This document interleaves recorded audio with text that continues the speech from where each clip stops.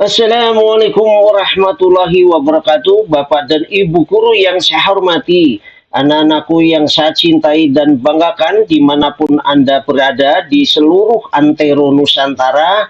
Saya yakin Anda telah mempelajari tryout yang pertama dan tryout yang kedua.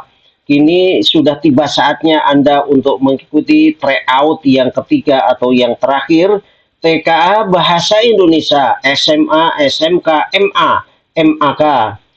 Ada 30 soal persis model simulasi Pusmendik. Sekali lagi saya ulangi, ada 30 soal persis model simulasi Pusmendik.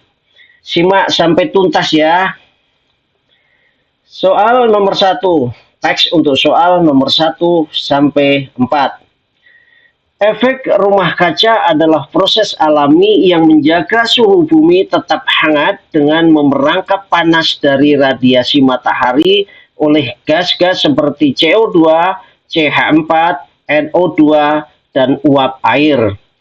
Namun akibat aktivitas manusia seperti pembakaran bahan bakar fosil dan deforestasi, konsentrasi gas-gas ini meningkat, menyebabkan pemanasan global dan perubahan iklim. Efek rumah kaca terjadi saat sinar matahari mencapai bumi. Sebagian dipantulkan dan sebagian diserap permukaan bumi lalu dipancarkan kembali sebagai panas. Gas rumah kaca seperti CO2, CH4, dan SO2 menyerap panas ini sehingga membuat suhu bumi meningkat. Aktivitas manusia seperti pembakaran bahan bakar dan emisi industri menyebabkan konsentrasi gas ini melebihi batas alami, memicu pemanasan global.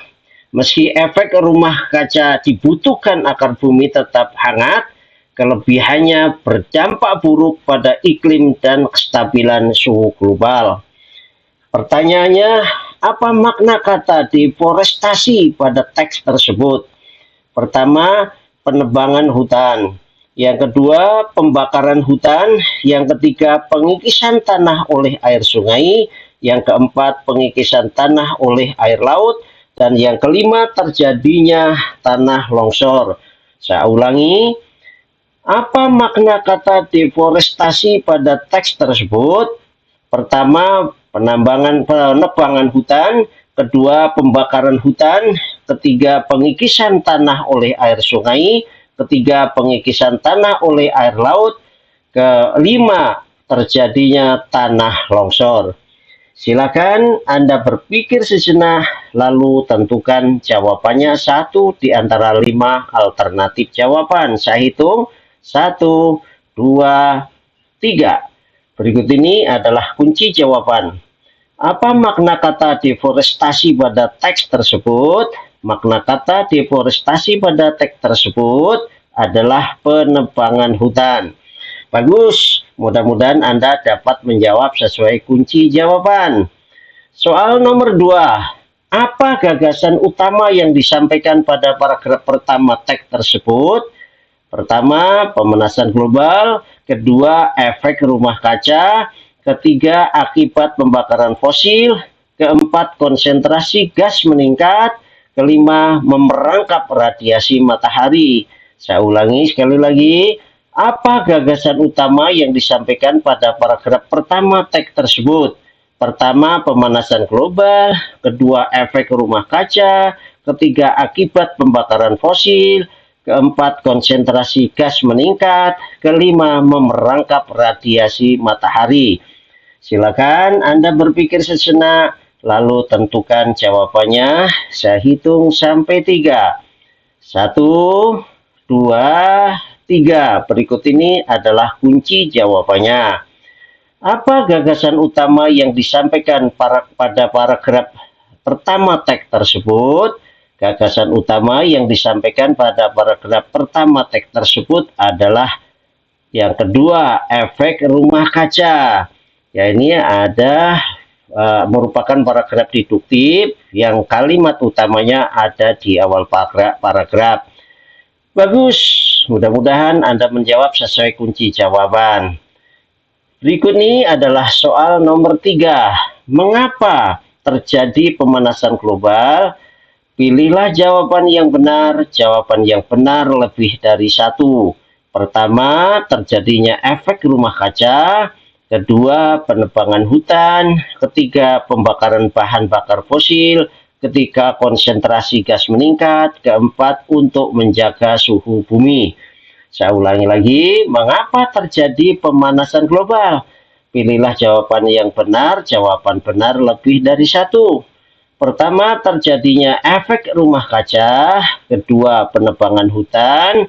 Yang ketiga, pembakaran bahan bakar fosil. Yang keempat, konsentrasi gas meningkat. Dan yang kelima, untuk menjaga suhu bumi. Silahkan Anda berpikir sejenak, lalu tentukan jawabannya. Jawaban lebih dari satu, saya hitung. 1, 2, 3. Berikut ini adalah kunci jawabannya. Jawaban yang tepat, mengapa terjadi pemanasan global? Karena ada penebangan hutan. Yang kedua, karena ada pembakaran bahan bakar, termasuk bahan bakar fosil. Ya, ini jawaban ada di paragraf pertama. Bagus, mudah-mudahan Anda menjawab sesuai kunci jawaban. Berikut ini adalah soal nomor 4. Efek rumah kaca dibutuhkan agar bumi tetap hangat. Mengapa? Penulis menggunakan kalimat tersebut pada teks. Tentukan benar atau salah untuk setiap pernyataan berikut. Pernyataan yang pertama, aktivitas manusia harus ramah terhadap lingkungan. Pernyataan yang kedua, pembakaran bahan bakar tidak bisa dihindari. Yang ketiga, emisi industri memicu pemanasan global. Saya ulangi, efek rumah kaca dibutuhkan agar bumi tetap hangat. Mengapa penulis menggunakan kalimat tersebut pada teks? Tentukan benar atau salah untuk setiap pernyataan berikut ini. Pernyataan pertama, aktivitas manusia harus ramah terhadap lingkungan. Pernyataan yang kedua, pembakaran bahan bakar tidak bisa dihindari. Pernyataan yang ketiga, emisi industri memicu pemanasan global. Silahkan Anda berpikir sejenak, lalu tentukan jawabannya. Saya hitung 1, 2, 3. Berikut ini adalah kunci jawabannya. Ternyata jawabannya adalah pernyataan yang pertama. Aktivitas manusia harus ramah terhadap lingkungan. Maksudnya, agar efek rumah kaca bisa menjaga bumi tetap hangat, aktivitas manusia harus ramah terhadap lingkungan. Ya, klik di kolom yang benar untuk pernyataan pertama, sedangkan untuk pernyataan yang kedua dan ketiga klik di kolom yang salah. Bagus, mudah-mudahan Anda dapat menjawab sesuai kunci jawaban. Berikut ini teks untuk soal nomor 5 sampai nomor 7. Dan memang setelah melalui kegelisahan yang teramat panjang, akhirnya Bukus sampai juga di Jakarta. Wawo, anak perempuannya, kaget setengah mati melihat pagi-pagi ibunya muncul di muka rumahnya setelah turun dari taksi sendirian. Ibu ini nekat. Kenapa tidak kasih kabar dulu? Tanya Wawo. Di telegram kan saya bilang mau datang, jawab Bukus. Tapi tanggal pastinya ibu tidak menyebut. Wawo berkata dengan lembut. Yang penting saya sudah sampai di sini, ujar Bukus. Bukan begitu, Bu. Kalau kita tahu persis kan bisa jemput ibu di stasiun. Saya tidak mau merepotkan. Lagi pula saya sudah keburu takut bakal ketinggalan resepsi mantunya pagi. Salahmu juga, tanggal persisnya tidak kamu sebut di surat. Ya Tuhan, ibu mau datang ke resepsi itu. Kamu sendiri yang bercerita pagi mau mantu. Kenapa ibu tidak mengatakannya di surat? Apa-apa kok mesti laporan? Pertanyaan yang soal kelima, mengapa Bukus tiba-tiba muncul di depan rumah Wawo, anak perempuannya di Jakarta? Pilihlah jawaban yang benar. Jawaban benar lebih dari satu ya. Ini tidak perlu pakai pertanyaan ya. Tanda tanya. Sebelumnya Wawo mengatakan kalau pagi mau mantu. Bukus akan menghadiri resepsi mantunya pagi. Sebelumnya Bukus pernah memberitahu melalui telegram. Bukus tidak memberitahu tanggal berapa datangnya. Bukus tidak mau merepotkan anak perempuannya. Sekali lagi, saya ulangi pertanyaannya, mengapa Bukus tiba-tiba muncul di depan rumah Wawo, anak perempuannya itu?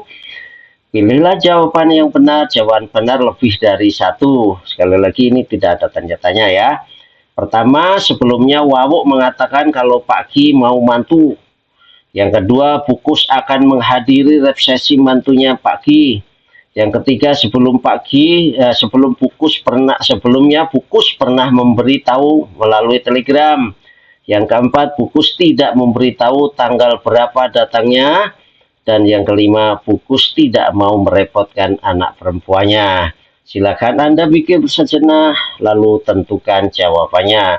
1, 2, 3. Berikut ini adalah kunci jawabannya. Mengapa Bukus tiba-tiba muncul di depan rumah Wawo, anak perempuannya di Jakarta? Pilihlah jawaban yang benar, jawaban benar lebih dari satu. Pertama, Bukus akan menghadiri resepsi mantunya Pak Ki. Ini ada di paragraf pertama nih ya, atau dari bagian awal nih ya. Kemudian yang kedua, sebelumnya Bukus pernah memberitahu melalui telegram. Ini ada juga, saya tidak mau merepotkan ini ya. Bukus tidak mau merepotkan ini ya, ini maksudnya ke sini ya. Ini kebalik ini. Sebelumnya Bukus pernah memberitahu melalui telegram nih. Bagus, mudah-mudahan Anda dapat menjawab sesuai kunci jawaban. Soal nomor 6. Apa yang menjadi persoalan tokoh Wawo terkait ibunya yang datang tiba-tiba? Tentukan benar atau salah untuk setiap pernyataan berikut. Pernyataan yang pertama, Bukus tidak memberi kabar kalau akan datang ke Jakarta. Pernyataan yang kedua, kalau Wawo tahu persis tanggal kedatangan Bukus, pasti dijemput di stasiun.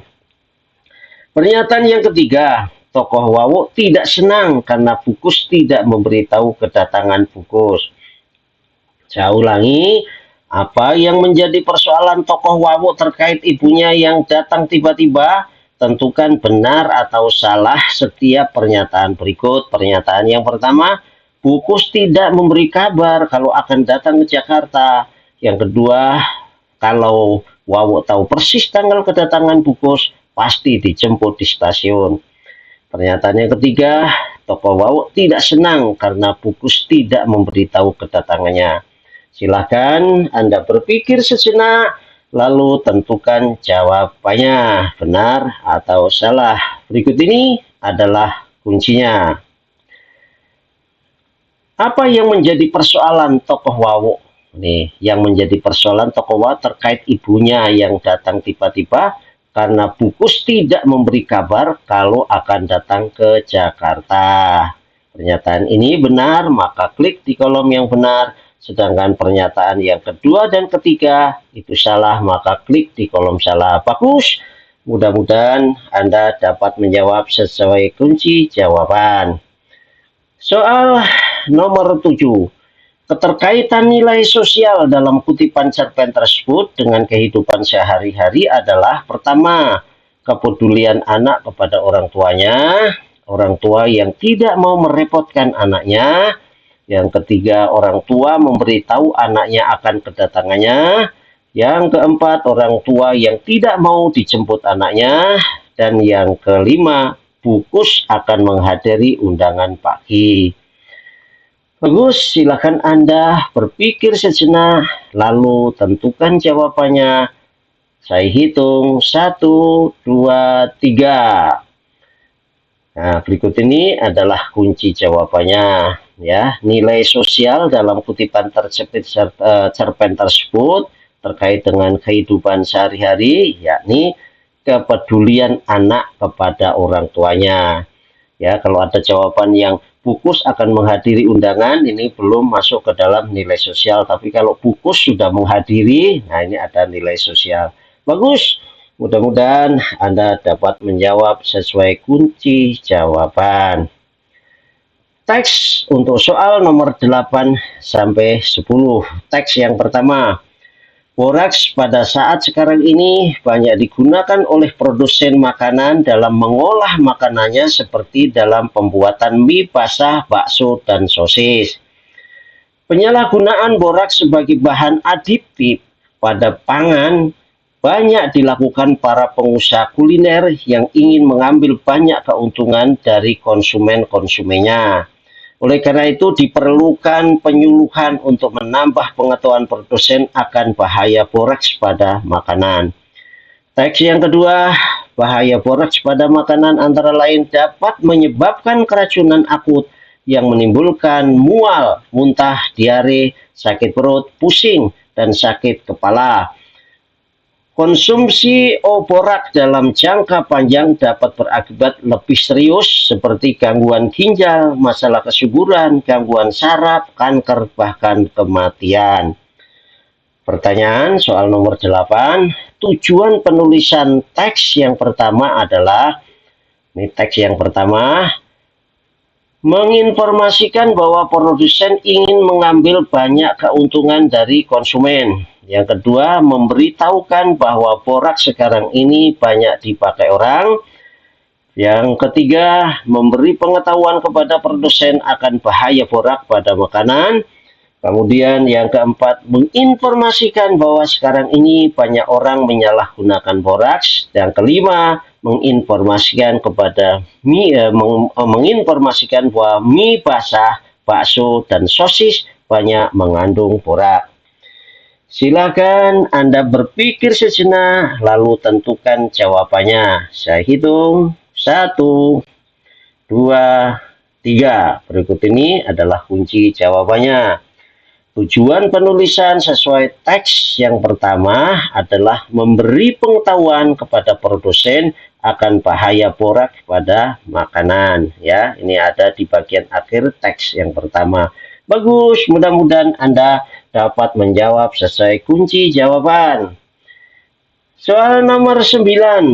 Pernyataan yang tepat sesuai isi kedua teks tersebut berkaitan dengan boraks adalah: pertama, konsumsi boraks dalam jangka panjang dapat berakibat gangguan ginjal. Yang kedua, produsen pada umumnya tidak pernah memikirkan kesehatan konsumen. Yang ketiga, konsumen tidak menyadari bahaya boraks bagi kesehatan tubuh. Yang keempat, bagi produsen yang dipikirkan hanyalah keuntungan tanpa memikirkan kesehatan konsumen. Yang kelima, pentingnya penyuluhan tentang boraks karena dapat menyebabkan keracunan akut. Silakan Anda berpikir sejenak, Anda baca ulang sekali lagi teksnya, kemudian tentukan jawabannya. Saya hitung 1, 2, 3. Berikut ini adalah kunci jawabannya. Ya, pernyataan yang tepat sesuai isi kedua teks tersebut berkaitan dengan boraks adalah pentingnya penyuluhan tentang boraks karena dapat menyebabkan keracunan akut. Ya, ini menggabungkan kedua pendapat dari teks pertama dan teks yang kedua. Bagus. Mudah-mudahan Anda dapat menjawab sesuai kunci jawaban. Soal nomor 10, mengapa kedua teks tersebut secara tersirat menyebutkan bahwa boraks sangat berbahaya bagi kesehatan tubuh? Pilihlah jawaban yang benar, jawaban benar lebih dari satu. Yang pertama, mengingatkan kepada konsumen akan bahayanya boraks bagi kesehatan. Yang kedua, konsumen tidak menyadari akan bahaya boraks jika dikonsumsi dalam jangka panjang. Yang ketiga, mengingatkan kepada produsen agar jangan mencampur boraks pada bahan makanan. Yang keempat, konsumen sudah tahu bahwa bahan makanan yang mengandung boraks sangat berbahaya. Dan yang kelima, banyak konsumen yang berpendapat bahwa makanan yang mengandung boraks sangat enak. Silakan Anda berpikir sejenak atau Anda baca ulang sekali lagi teksnya, lalu tentukan jawabannya. Saya hitung sampai 3. 1, 2, 3. Berikut ini adalah kunci jawabannya. Ya, yang pertama, mengingatkan kepada konsumen akan bahayanya boraks bagi kesehatan. Yang kedua, mengingatkan kepada produsen agar jangan mencampur boraks pada bahan makanan. Ya, jadi lengkap dua pendapat ini. Yang pertama mengingatkan kepada konsumen, yang kedua mengingatkan pada produsen. Bagus. Mudah-mudahan Anda dapat menjawab sesuai kunci jawaban. Teks untuk soal nomor 11 sampai nomor 13. Dampak teknologi di era digitalisasi. Transformasi teknologi yang sangat pesat bisa memengaruhi cara berpikir seseorang serta memengaruhi bagaimana cara untuk berinteraksi sosial. Kemajuan teknologi informasi dan komunikasi atau TIK telah mengubah cara masyarakat dalam berkomunikasi, berinteraksi, serta menjalani kehidupan sehari-hari. Dalam hal berinteraksi, teknologi telah memberikan pola pemikiran baru dalam kemampuan kita untuk terhubung ke berbagai akses. Kemajuan internet dan perangkat digital telah memperluas jangkauan komunikasi dan melewati batas-batas geografis. Namun, teknologi juga dapat memberikan kemudahan dalam berkomunikasi jarak jauh. Dalam konteks komunikasi, teknologi juga telah mengubah cara kita untuk berkomunikasi satu sama lain. Contohnya, pesan teks, email, media sosial, dan platform komunikasi lainnya memudahkan kita untuk berinteraksi dengan lebih cepat dan efektif. Namun hal ini bisa mengubah cara kita menyampaikan dan menerima pesan. Pertanyaan soal nomor 11. Bagan yang tepat untuk menggambarkan dampak positif di era digitalisasi adalah yang pertama, pendidikan maju, munculnya media sosial, informasi cepat, penyebaran malware. Yang kedua, pendidikan maju, munculnya media sosial, informasi cepat, maraknya perjudian. Yang ketiga, pendidikan maju, munculnya media sosial, informasi cepat, munculnya cybercrime. Berikutnya, yang ketiga, pendidikan maju, munculnya media sosial, informasi cepat, pelanggaran hak cipta. Dan yang kelima, pendidikan maju, munculnya media sosial, informasi cepat, sarana berbagi file. Silahkan Anda berpikir sejenak atau baca ulang sekali lagi teks dampak teknologi di era digitalisasi, lalu tentukan jawabannya. Saya hitung sampai 3, silahkan tentukan jawabannya. 1, 2, 3. Berikut ini adalah kunci jawabannya. Ternyata bagan yang tepat untuk menggambarkan dampak positif di era digitalisasi adalah yang kelima. Pendidikan maju, munculnya media sosial, informasi cepat, dan merupakan sarana berbagai file. Bagus, mudah-mudahan Anda dapat menjawab sesuai kunci jawaban. Berikutnya adalah soal nomor 12. Bagaimana pola pengembangan paragraf yang ke-1, kedua, dan ketiga pada teks tersebut? Tentukan benar atau salah untuk setiap pernyataan berdasarkan isi teks. Pernyataan yang pertama, paragraf pertama menggunakan pola sebab akibat karena menjelaskan transformasi teknologi. Paragraf kedua menggunakan pola analogi yang membandingkan kemajuan teknologi dengan kemudahan dalam berkomunikasi. Paragraf ketiga menggunakan pola pengembangan contoh karena menjelaskan maksud dengan permisalan. Silakan Anda berpikir sejenak atau baca ulang sekali lagi teksnya, baru tentukan jawabannya. Ya, apakah pernyataan ini benar atau salah? Saya hitung sampai 3, 1, 2, 3. Berikut ini adalah kunci jawabannya. Ya, ternyata pada paragraf yang pada pernyataan yang ketiga, paragraf ketiga menggunakan pola pengembangan contoh karena menjelaskan maksud dengan permisalan. Ini ada contoh pesan teks, email, dan platform ya. Maka klik di kolom benar, sedangkan pernyataan pertama dan kedua klik di kolom salah. Bagus, mudah-mudahan Anda dapat menjawab sesuai kunci jawaban. Soal nomor 13. Ani, Teks tersebut sangat bagus ya, bisa menambah pengetahuan tentang dampak teknologi. Ana, saya juga setuju, bahkan bahasanya juga dapat mudah dicerna dan dipahami dari semua kalangan. Oni, saya pun setuju terhadap pendapat kalian berdua, tetapi alangkah bagusnya jika disertai contoh dampak positif dan negatifnya. Berdasarkan percakapan tersebut, mengapa pendapat Oni sangat baik dalam menilai keakuratan informasi teks tersebut? Yang pertama, alasannya terlihat Oni lebih cerdas daripada Ani dan Ana. Yang kedua, alasan kedua, Oni lebih komprehensif dalam memahami teks dampak teknologi di era digitalisasi. Alasan kedua, Oni tidak minta contoh karena permasalahannya sudah jelas. Silahkan Anda berpikir sejenak, lalu tentukan jawabannya. Apakah Anda setuju atau tidak setuju terhadap alasan yang pertama, kedua, ketiga? Saya hitung 1, 2, 3. Berikut ini adalah kunci jawabannya. Ternyata alasan yang kedua, Oni lebih komprehensif dalam memahami teks dampak teknologi di era digitalisasi.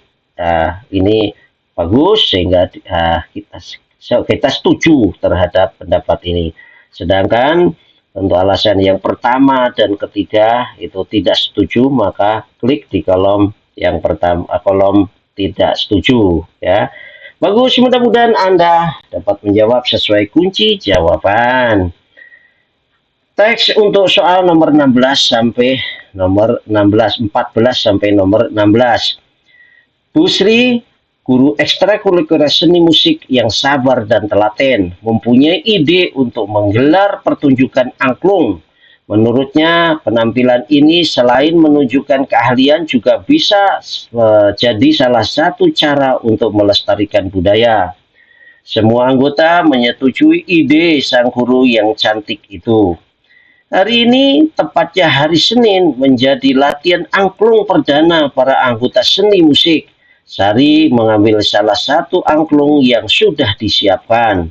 Ini pertama kalinya ia memegang alat musik ini. Biasanya Sari hanya melihatnya dari buku. Seperti halnya Bu Sri, Sari juga seorang siswa yang sabar dan telaten sehingga tidak dalam waktu lama Sari bisa memainkan angklung dengan baik. Bu Sri berdiri di depan para anggota dan menunjukkan gestur meminta semua murid berdiri.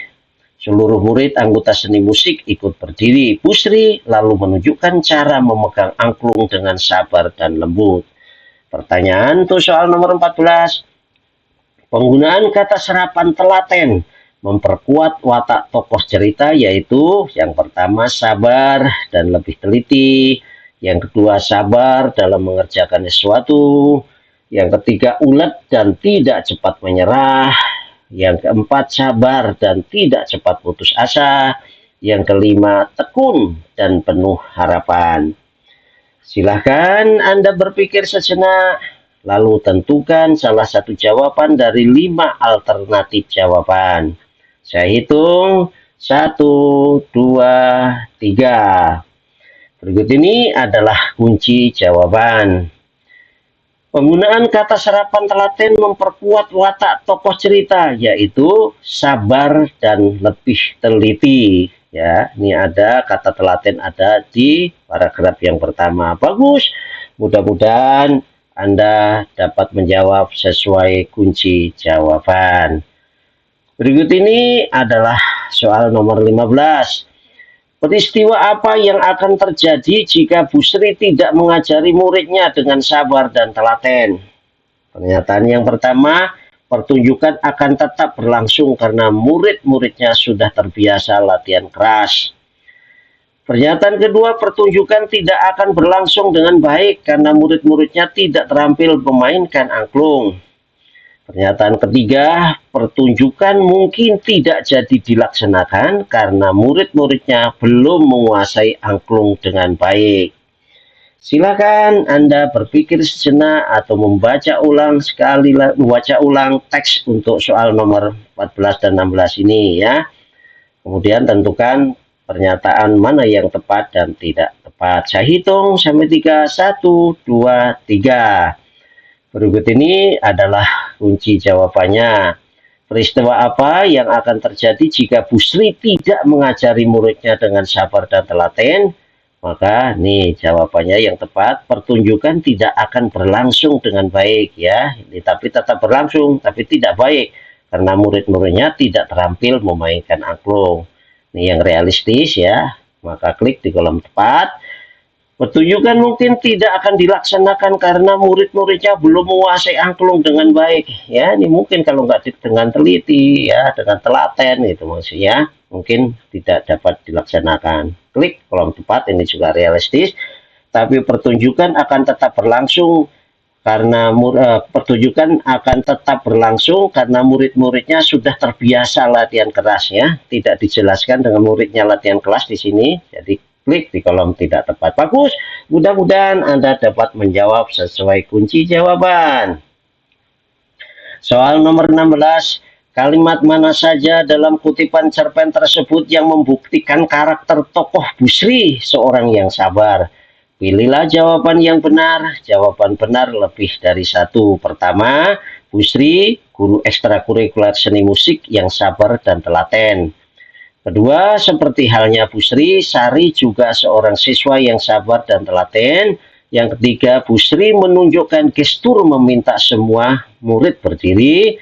Yang keempat, Bu Sri lalu menunjukkan cara memegang angklung dengan sabar dan lembut.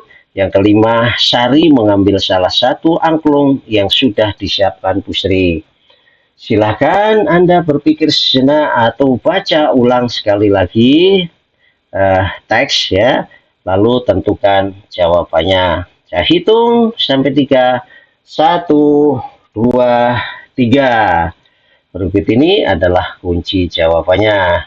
Yang pertama, Bu Sri, guru ekstrakurikuler seni musik yang sabar ya. Ini ada kata-kata sabar di paragraf yang pertama. Yang kedua, seperti halnya Bu Sri, Sari juga seorang siswa yang sabar dan telaten ya. Ini ada di paragraf kedua.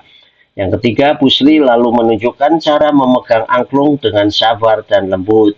Ya, ini ada di paragraf ketiga. Ini ada kata-kata sabar. Ya, kalau ada seperti halnya Bu Sri, Sari juga siswa yang sabar, gitu ya. Jadi berarti Bu Sri adalah yang sabar. Bagus. Mudah-mudahan Anda dapat menjawab sesuai kunci jawaban. Teks untuk soal nomor 17 sampai 20. Pemulihan cedera otot sebaiknya disertai pemahaman tentang hubungan antara saraf dan otot. Ia mengibaratkan saraf sebagai kabel utama tubuh. Bila terganggu, pesan dari otak ke saraf tidak akan sampai. Akibatnya, otot bisa terasa tegang, lemah, atau nyeri, meskipun secara struktur sebenarnya baik-baik saja tuturnya. Tubuh itu pintar. Kalau ada nyeri yang muncul terulang di tempat yang sama atau sensasi yang makin sering, itu merupakan alarm dari sistem saraf. Jangan tunggu sampai cedera parah baru diperiksa, ujar Dr. Irca. Menurut Dr. Ica, bila penanganan hanya fokus pada otot tanpa menelusuri saraf, hasilnya seperti menambal ban tanpa mencari paku penyebabnya. Dampaknya ban tersebut akan cepat bocor kembali.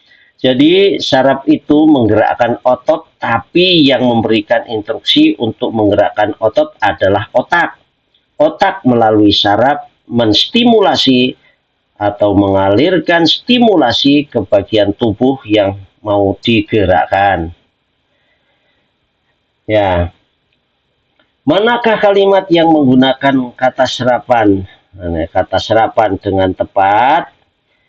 Tentukan tepat atau tidak tepat pada setiap pernyataan berikut. Kalimat yang pertama, kata sensasi pada kalimat 2 paragraf kedua. Kata instruksi pada kalimat pertama paragraf keempat. Kata stimulasi pada kalimat 2 paragraf keempat. Ya, silakan kalimat mana yang tepat dan kalimat mana yang tidak tepat. Silakan klik sesuai dengan apa yang Anda pikirkan ya. Silakan Anda berpikir sejenak, lalu tentukan jawabannya. Saya hitung 1, 2, 3.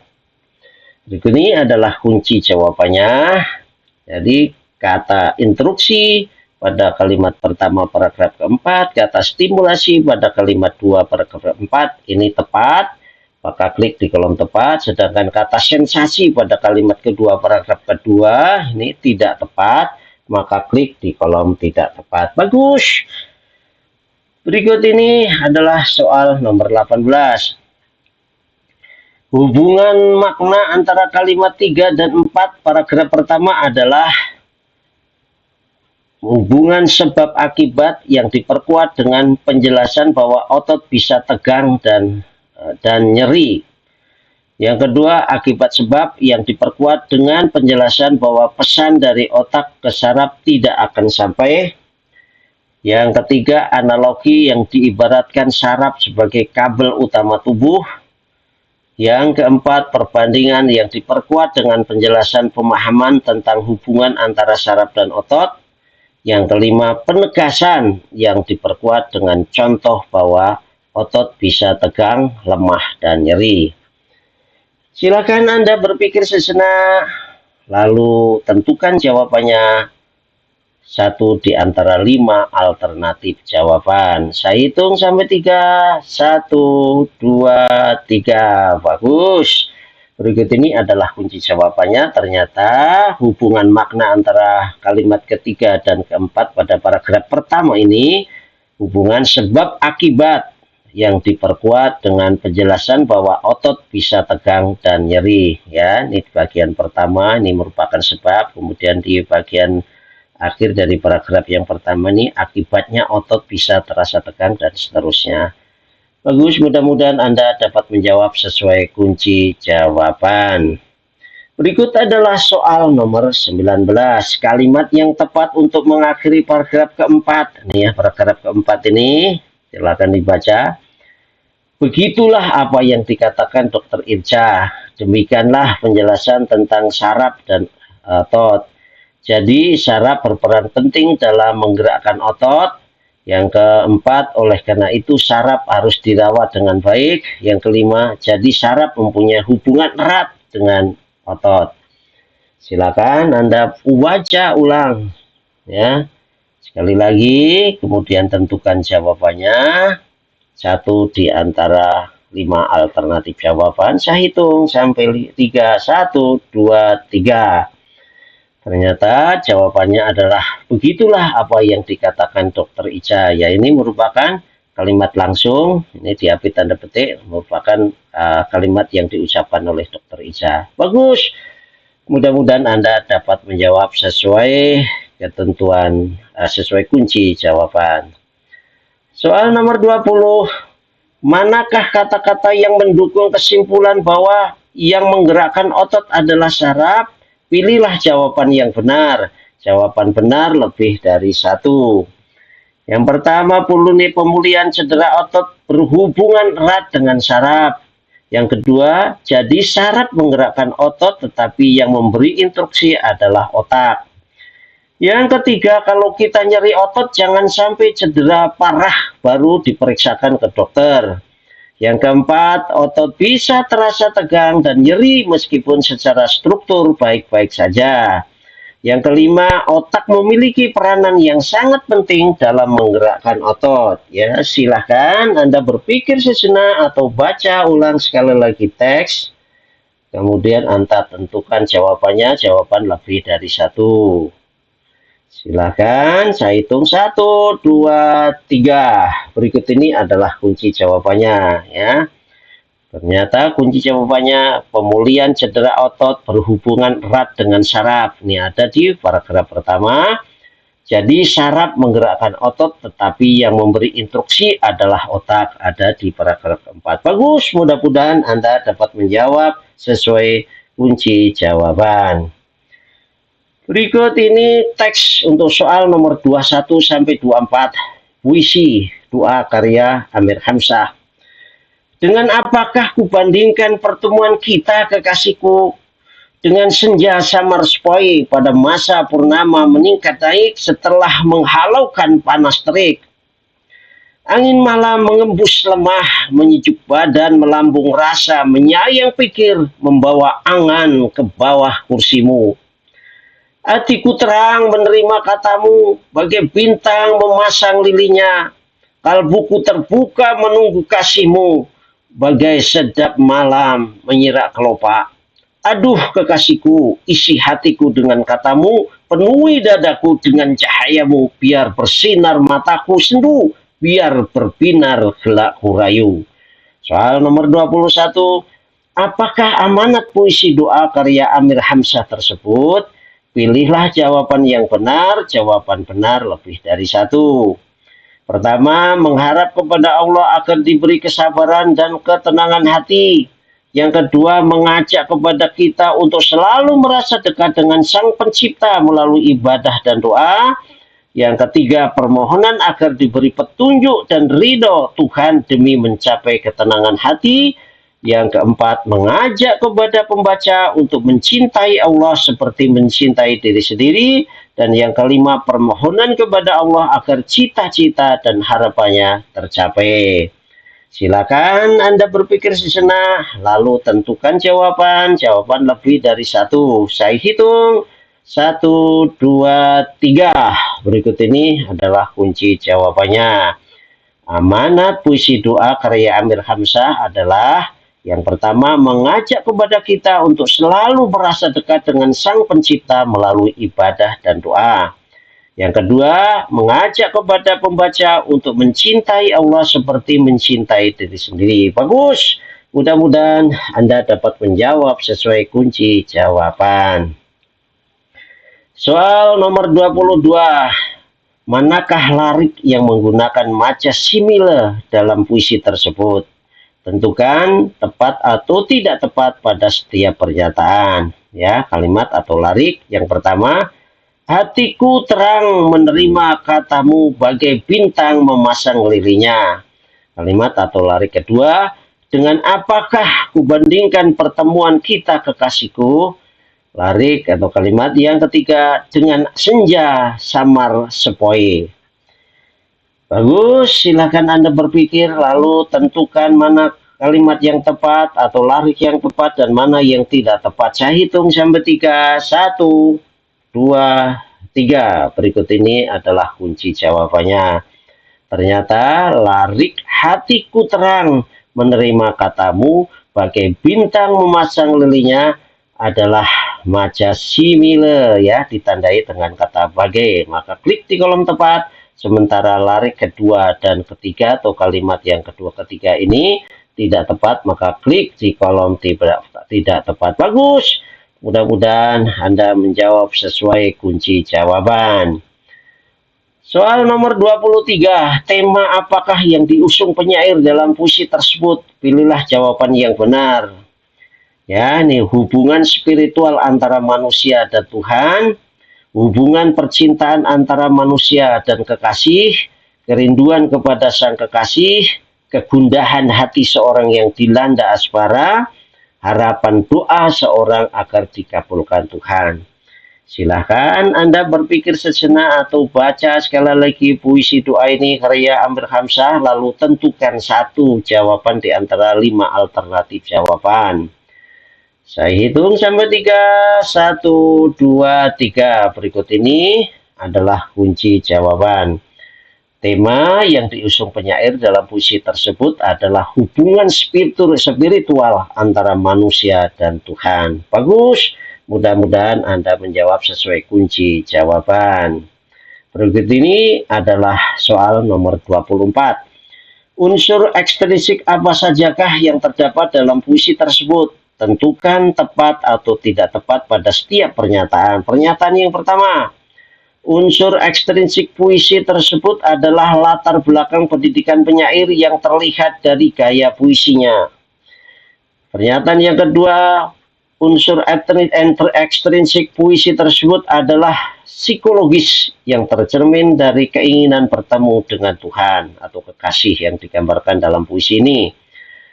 Pernyataan yang ketiga, unsur ekstrinsik puisi ini puisi tersebut adalah religius yang tercermin dari tema puisi.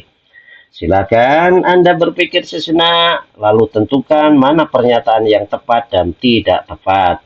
Saya hitung 1, 2, dan 3. Berikut ini adalah kunci jawabannya. Ternyata pernyataan yang tepat terkait dengan unsur ekstrinsik pada puisi ini adalah pernyataan yang kedua dan yang ketiga, yaitu unsur ekstrinsik puisi ini adalah psikologis ya. Jadi kalau ingin bertemu dengan Tuhan itu mau seperti apa ya? Ini hanya secara psikologis. Kemudian unsur religius ini kaitannya dengan doa ya, tentu saja berkaitan dengan larik-lariknya juga. Maka klik untuk pernyataan yang kedua ketiga di kolom yang tepat. Untuk pernyataan yang pertama klik di kolom tidak tepat. Bagus, mudah-mudahan Anda dapat menjawab sesuai kunci jawaban. Teks untuk soal nomor 25 dan 27. Kutipan novel Di Bawah Lindungan Ka'bah karya Hamka. Setelah setahun berada di Mekah, Hamid yang mulai menderita penyakit bertemu dengan Saleh. Istri Saleh, Rosna, adalah teman dekat Zainab sehingga Hamid dapat mendengar kabar tentang Zainab, termasuk kenyataan bahwa Zainab mencintai dirinya dan Zainab tidak jadi menikah dengan laki-laki pilihan ibunya. Setelah mengetahui hal tersebut, Hamid berniat untuk kembali ke Padang usai menunaikan ibadah haji. Pada saat bersamaan, Saleh melalui istrinya mengirimkan surat untuk diberikan kepada Zainab yang isinya menggambarkan pertemuannya dengan Hamid. Namun Saleh merasa bersedih mendapat balasan dari istrinya bahwa Zainab telah meninggal dunia. Saleh tidak memberikan kabar tersebut kepada Hamid. Sebelum akhirnya Hamid mendesaknya. Kenyataan itu disusul dengan berita memilukan meninggalnya Hamid di hadapan Ka'bah. Soal nomor 25, kalimat manakah daripada kutipan novel tersebut yang menunjukkan unsur emosional yang menyedihkan? Ya, unsur emosional yang menyedihkan. Pilihlah jawaban yang benar, jawaban benar lebih dari satu. Pertama, setelah setahun di Mekah, Hamid mulai menderita penyakit. Yang kedua, Zainab tidak menikah dengan laki-laki pilihan ibunya. Yang ketiga, Saleh melalui istrinya mengirimkan surat untuk diberikan kepada Zainab. Yang keempat, Saleh merasa bersedih mendapat balasan dari istrinya bahwa Zainab telah meninggal dunia. Yang ketiga, kenyataan ini disusul dengan berita memilukan meninggalnya Hamid di hadapan Ka'bah.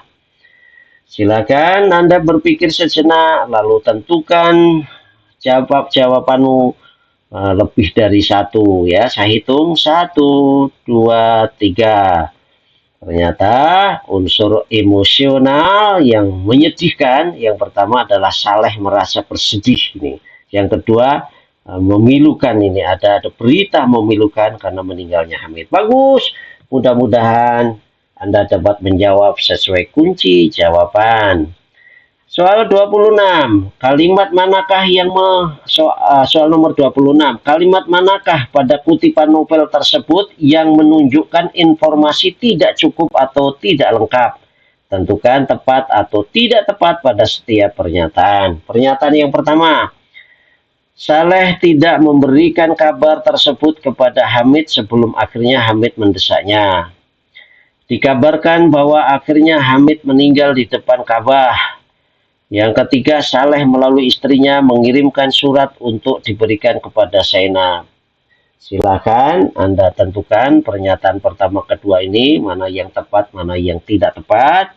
Silakan Anda berpikir sejenak, lalu tentukan jawabannya. Saya hitung 1, 2, 3. Berikut ini adalah kunci jawabannya. Ternyata kalimat pada kutipan tersebut yang menunjukkan informasi tidak lengkap adalah pernyataan yang pertama. Saleh tidak memberikan kabar tersebut kepada Hamid sebelum akhirnya Hamid mendesaknya ya. Ada kabar yang disembunyikan yakni meninggalnya Zainab. Ini menjadikan informasi itu tidak lengkap ya. Kalau menjadi lengkap ini ditambahkan bahwa Zainab telah meninggal dunia. Maka klik di kolom tepat untuk pernyataan pertama, pernyataan kedua dan ketiga klik di kolom tidak tepat. Bagus, mudah-mudahan Anda dapat menjawab sesuai kunci jawaban. Soal nomor 27. Apakah latar suasana novel tersebut? Pilihan jawaban yang tepat adalah, ingat-ingat latar suasana ya. Pertama, rasa senang Hamid mendengar kabar Zainab tidak jadi menikah dengan laki-laki pilihan ibunya. Yang kedua, Hamid yang menderita penyakit ketika bertemu Saleh di Mekah. Yang ketiga, suasana sedih ketika Saleh mendengar kabar Zainab meninggal dunia. Yang kedua, suasana senang ketika Hamid menerima surat dari Zainab. Yang ketiga, 5, hati Hamid berbunga-bunga ketika mendengar Zainab mencintainya. Silakan Anda berpikir sejenak atau membaca ulang kutipan novel di bawah lindungan Ka'bah ini, baru tentukan mana latar suasananya. Saya hitung sampai 3, 1, 2, 3. Berikut ini adalah kunci jawabannya.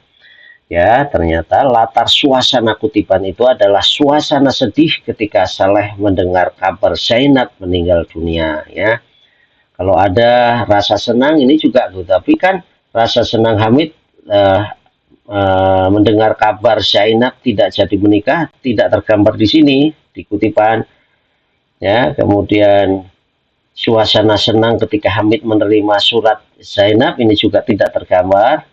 Hamid berbunga-bunga juga nggak tergambar tidak tergambar di kutipan novel ini. Jadi jawabannya adalah suasana sedih ketika Saleh mendengar kabar Zainab meninggal dunia. Ini adalah latar suasana kutipan novel tersebut. Bagus, mudah-mudahan Anda dapat menjawab sesuai kunci jawaban. Teks untuk soal nomor 28 sampai 30. Memasuki puncak arus balik H+7 atau Minggu 21 November sekitar pukul 14 waktu Indonesia Barat, arus lalu lintas kendaraan yang melalui jalur selatan yang melintas di wilayah Tasikmalaya sempat terhambat sekitar 2 jam.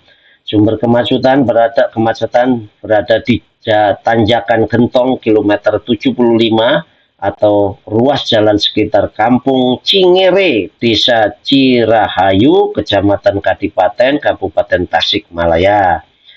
Kondisi ini terjadi akibat adanya kecelakaan yang menimpa bus pariwisata tujuan Bandung Nopol Z768TA menghantam tebing. Pasalnya bus itu tidak kuat melalui tanjakan di daerah tersebut sehingga menyebabkan lajunya terhenti dan langsung terseret mundur. Bus baru bisa berhenti setelah bagian belakang menghantam tebing. Dalam kejadian itu tidak ada korban jiwa, akan tetapi ada sebuah sepeda motor bernomor polisi B6765 CBO yang ditumpangi 2 orang. Saat kejadian berada di belakang bus sehingga keduanya terjatuh. Akibat terjatuh, 2 penumpang sepeda motor mengalami luka-luka dan langsung dilarikan ke puskesmas terdekat.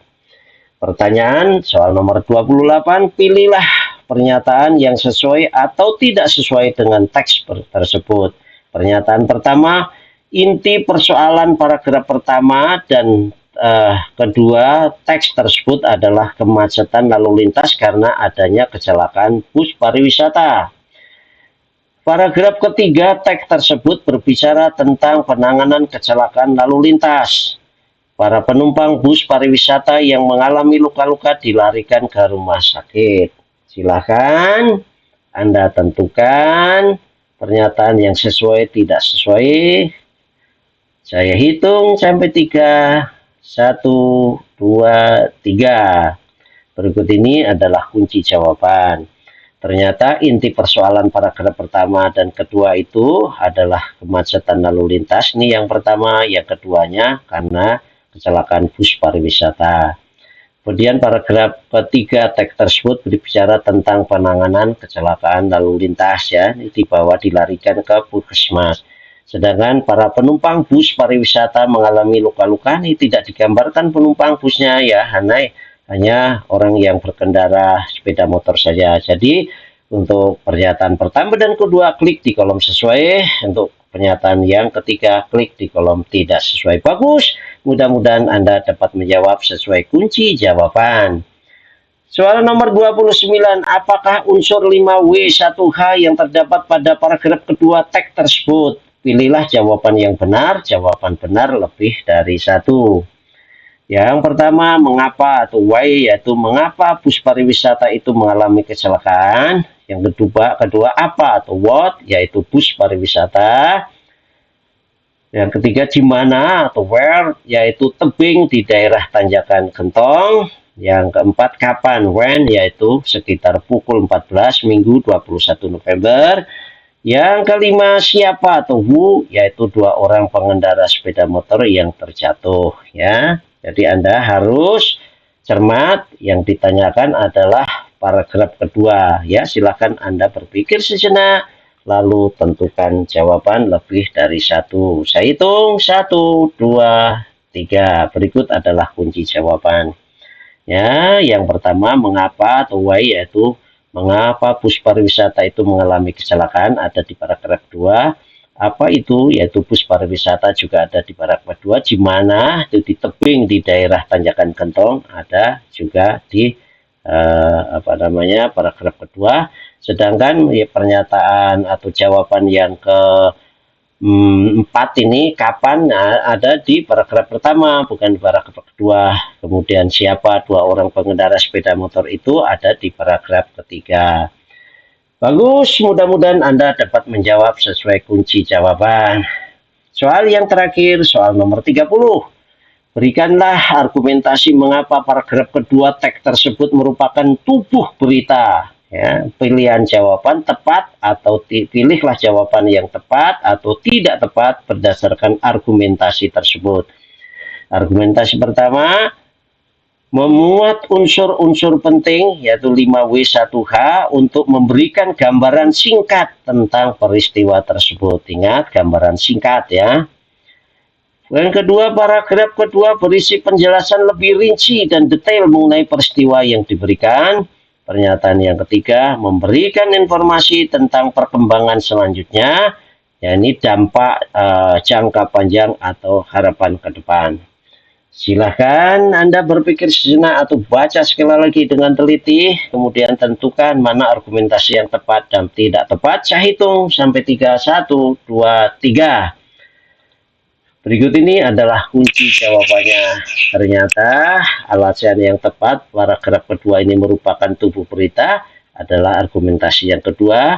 Paragraf kedua berisi penjelasan lebih rinci dan detail mengenai peristiwa yang diberitakan. Ya, maka klik di kolom tepat. Sedangkan argumentasi pertama ini ada kata-kata memberikan gambaran singkat. Ini adalah ciri dari leads, ya, dari lead atau teras berita. Maka klik di kolom tidak tepat. Sedangkan yang terakhir ini merupakan penutup berita, ya, memberikan informasi tentang perkembangan selanjutnya. Maka klik di kolom tidak tepat. Bagus, mudah-mudahan Anda dapat menjawab sesuai kunci jawaban dari nomor 1 sampai nomor 30.